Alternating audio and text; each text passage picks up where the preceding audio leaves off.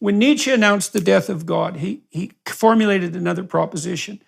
He said that we may have to become gods merely to atone for the sin of deicide. And so he believed that the overman, the superman, would be someone who, through the power of his own will, set his own values. Now, I spent a lot of time reading Carl Jung, in relationship to Nietzsche. Jung, for example, published must be a 1,500-page, 2-volume book on the first third of Thus Spake Zarathustra, and was a very deep Nietzschean scholar, but fell under the influence of Freud. And this turned out to be of cardinal significance because Freud was one of the first secular thinkers to note that in some unbelievably fundamental sense, we are not masters in our own house. There are sub-personalities within us. There are complexes within us. There are angels and demons within us. That's another way of thinking about it. And they pull us this way and that, sometimes independent of our will and often contrary to our will. And so Freud's conclusion was, it's very difficult for human beings to create their own values because we have an intrinsic nature that's not subject to our arbitrary will. And then Jung took that a step further and he said, well, there's no doubt that we act out a myth and a story, and that in the deepest sense, that has to be a theological story, and that the spirit that guides us has to have a unitary nature, which he did associate with Christ quite explicitly. And it's a vicious rejoinder to the Nietzschean presumption that we can create and impose our own values. For the psychoanalysts, those values, and I would say for the wise clinicians, those values have to be discovered, not self-generated and imposed. Plus, you just don't live long enough to do that. You're just not wise enough to generate a whole system of universally applicable values out of whole cloth in the span of your trivial life. And if you know you're doing that, then you reduce life to a game. You have created the meaning of life. Well, who is the creator? You? What gives you the right to do that? What gives you the power to do that? You did not create the universe. How can you write the laws of morality any more than you can write the laws of physics? In today's world, we sometimes lose sight of the Judeo-Christian beliefs that built our society. This is why it is so important to study Scripture and develop a dedicated prayer life. There's no better way to do that than with Hallow. Hallow is the #1 Christian prayer app in the US and the #1 Catholic app in the world. It's filled with studies, meditations, and reflections, including the #1 Christian podcast, The Bible in a Year. Download Hallow today and try their Advent Pray 25 challenge, a 25-day journey through Bible stories from both the Old and New Testament leading up to the birth of Jesus. These meditations are led by cast members from the largest Christian streaming series in history, The Chosen. Advent Pray 25 will help grow your understanding of mankind and develop a disciplined prayer habit during a season when our discipline is put to the test. Download Hallow for 3 months completely free and experience a personal development that can come from regular prayer, meditation, and reflection on who the Bible calls us to be. Get Hallow for free at hallow.com/Jordan. That's hallow.com/Jordan. Give yourself the gift of peace, calm, and discipline this Christmas. Go to hallow.com/Jordan today.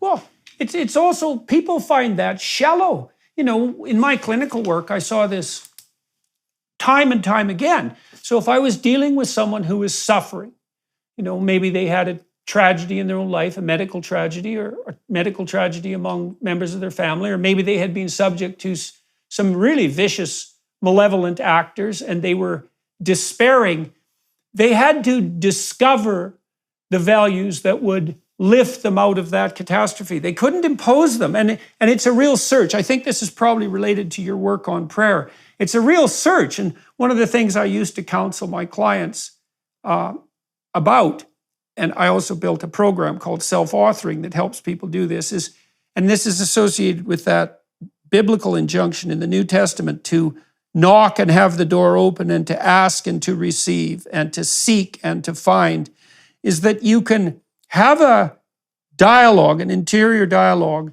that precedes something like this. And I think it's a prayer, which is, okay, I understand, because I'm reasonably mature, that there is a tragic and malevolent element to life, and it's deep enough to destabilize me and to upset my faith in existence itself.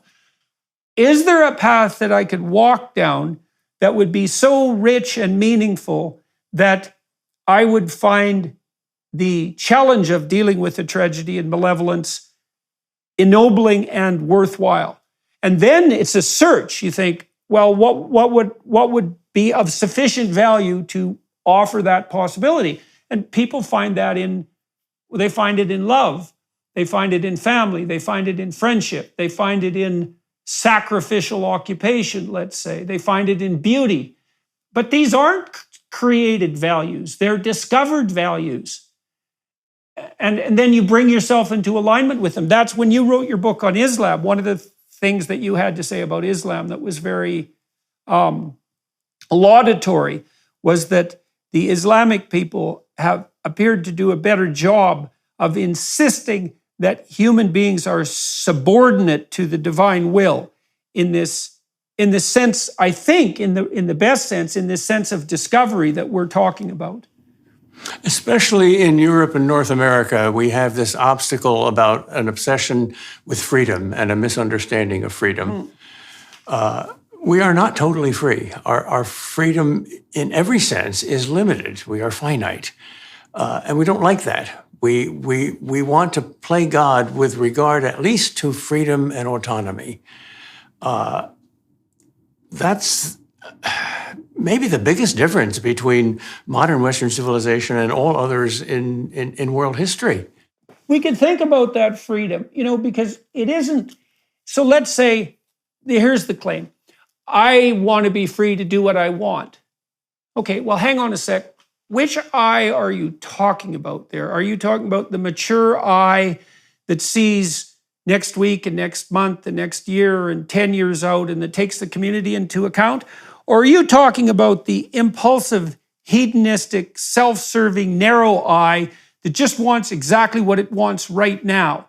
And what makes you think that when you make a case for that hedonism, that you're not just falling under the sway of an impulsive, short-sighted demon, so to speak?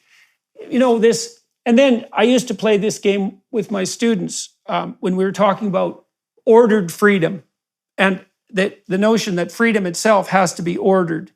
I think I mentioned earlier that when God calls his people out of tyranny, he says that they need to be free in order to serve him in the wilderness, not to be free in some absolute sense. So I used to play a game with my students. I'd go up to one student, I'd say, do you want to play a game? Put him on the spot, and he'd say yes. And I'd say, okay, you move first.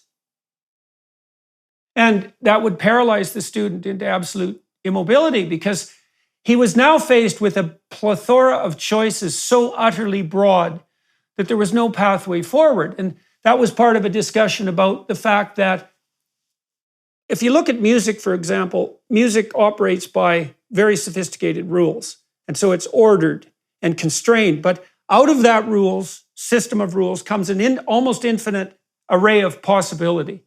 And so, we have this sense, I think it derives from Rousseau, that any constraint of order is a limit on freedom, when what we should be hypothesizing is that with the optimal set of principles, you get the maximally desirable freedom. And it's not freedom from everything, and it's not freedom to do anything. It's certainly not a narrow hedonistic freedom, because that backfires on you like the next day. Yes. If there is no world outside of Plato's cave, then it is not freeing to escape from the cave. There's certainly a great value to freedom. We must be free from everything that opposes us and restrains our better impulses. But that assumes that there's a better and a worse. That assumes that there's something like Plato's the good outside the cave, so you can be freed from the shadows of the cave. And that notion of Freud's, that there are a lot of people inside of us, good ones and bad ones, a little good in the worst of us and a little bad in the best of us, so that it ill becomes the worst of us to speak well of the best of us. That's from Thornton Wilder, I think. That's very helpful, because when you talk to atheists, you're talking to not just one person, but many persons. one of the things that shocked me the most in talking to atheists was that when I give them something like the argument from desire, don't you at least wish there was a God? Don't you at least see religion as an attractive fairy tale? Don't you at least hope that it's true, even though you don't believe that it's true? Almost always they say, no, I don't want there to be a God. I don't want there to be a heaven. I would be threatened by that. And I think they're suppressing something. I don't think the human heart is that different between an atheist and a theist. The human heart was not designed at Harvard or Hollywood. It was designed in heaven. So we all want the thing we can't define. We're all mystics deep down. We want unlimited goodness, truth, and beauty. This is definitely the case. I mean, I would say in some sense, by definition, is that the most profound goods are reflected in the structure of the human heart. If people are striving forward, and I mean forward rather than downward, let's say, forward and uphill, they are by definition pursuing something that's a reflection of a transcendent good. It's transcendent because if they already had it, which means it would be imminent, if they already had it, they wouldn't have to pursue it. They posit something outside of themselves as better. And then the ultimate definition of that in some sense is the pursuit of the divinely good. And again, I see that as a matter of definition. And so now, on the atheist front, I've read a lot of comments from atheists in my YouTube comment sections on my biblical lectures. I probably read at least hundreds of them, and maybe thousands of them, but at least hundreds. And one of the things that has struck me continually is that many of the people who become atheists are reactionary. And I don't mean that in a denigrating sense. A huge proportion of people who are stridently atheistic were hurt very badly by people who purported to be religious when they were young. And I think that also applies to Dawkins, by the way. I've seen some evidence for that in his public utterances.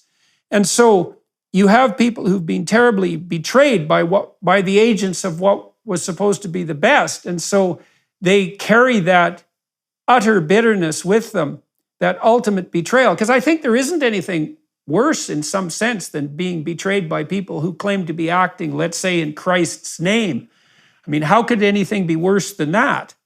And so then they're driven to this atheism, and they're so afraid then again to reestablish a new faith because they've been hurt so badly that they're willing to suffer this purgatorial drought of vision rather than to put themselves up on the chopping block one more time.